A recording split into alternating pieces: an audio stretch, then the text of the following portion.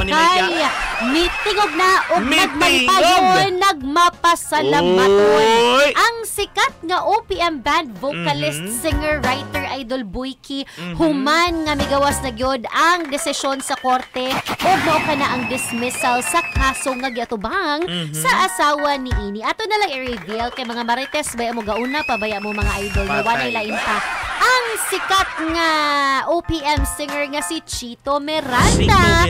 Idol Boyki pinagi sa usa ka Instagram post iya jud gipadagid ko ang iyang pagkamapasalamaton nga migawas good nga dismissed ang kaso nga giatubang sa iyang asawa nga maupad ang showbiz personality nga si Neri Naig. Ganungduman Idol Boyki no nga kanang giatubang ni ini ang kaso nga syndicated estafa nasikop ni siya sa kapulisan Idol Boyki nitong Nobyembre 23 sa niaging tuig. Nobyembre 23. Paspasa sa panahon oy pero mao lagi na sumapalagi mga idol nakalapas siya sa security code regulation og estafa pero human sa kanang investigasyon migawas sa gyud gi-dismiss kini gibasura ang mga kaso ani nga Neri Naig mga Kibo ka may idol. kanang malipay masada kay kailan mo sa background ni Neri wala siya kanang mga background nga di mo gani nga matandog sa ta Idol Boyki kay gihimugatan jud ngadto ni Chito Miranda Idol Boyki nawa man gyud itad igor ako nung nitabang si Neri og promote og gihimo lang siyang naong sa maong beauty clinic apan naapil naman hinuon siya sa mga kalagot in town sa mga nahimong partners o mga clients sa maong beauty clinic.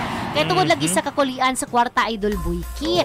Sumapa ni Chito Miranda nga kanang trustworthy iyahang asawa nga matinabangon kini pero makaguol lang nga tungod kuno sa kamatinabangon ini usahay na abusaran nga niabot sa punto nga mao lagi na nalakip siya sa mga kaso niadtong na nag-iya sa maong beauty clinic. Pero mo na karon no at least karon natagaan nagkatinawan nga nagpabili ng integrity ni ini sa maong sikat nga sa maong aktres Idol Boyki og gipakita gid ni Chito nga maayo kuno nga tao kining iyahang asawa og gitapos kini niya ayang mensahe pinagi sa pagpasalamat sa tanang mga nidepensa sa ilahang habig Idol Boyki.